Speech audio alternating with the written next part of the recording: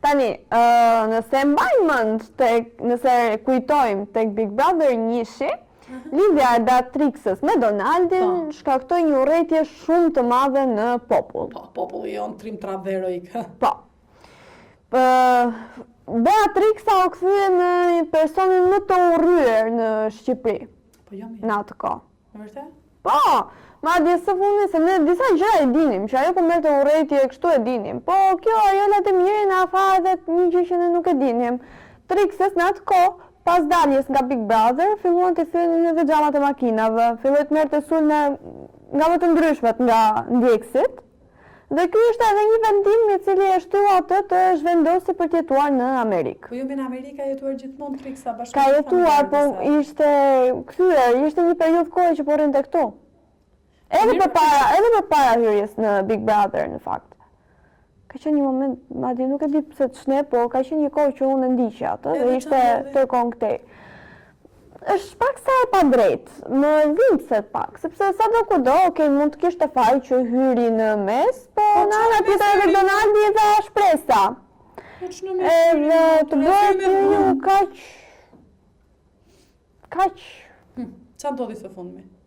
Jo kaq, thjesht ajo na tregon këtë. O pika që s'u bie shqiptarëve. Po të thërë xhamat e Sa makinës. ndoqën parodin, çapo ju bën Edi Rama nga mëngjesi deri në darkë edhe thonë let më vari për gjuhë, unë prapë s'ën do votoj.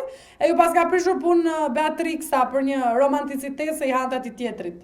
Më dhimbset. Çfarë do të dalë? Më dhimbset me të drejtën se gjëna është thjesht një vajzë. Thjesht Trixën po sulmoi ti në këtë rast. Jo me zemër shqiptarët analfabet. Po Trixa, po.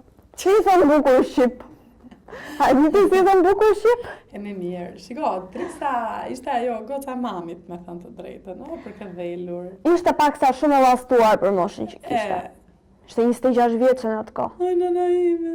Jo, Egli është më rënd akoma, po mirë.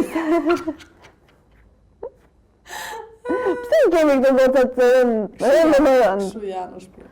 Unë nuk e di, ai formulari testi psikologjik që bën përpara se të futen te Big Brother. Ka përshtypje që ai psikologër si këto. Jo, nuk e kuptoj. Domethënë duhet të jesh kuku që të futesh apo nuk duhet të jesh kuku që të futesh? Se nuk duhet të jesh kuku që të futesh. Çfarë do të jesh ose bër? Kuku. Kuku. Ose delulu, si e thon. Ui. Kuku, si e thon gjest. Mirë, shiko Beatrixa në këto momente duke më lumtur, duke sikur ka kaluar. Po do kaloj, ose pra çdo gjë kalon në shpirt.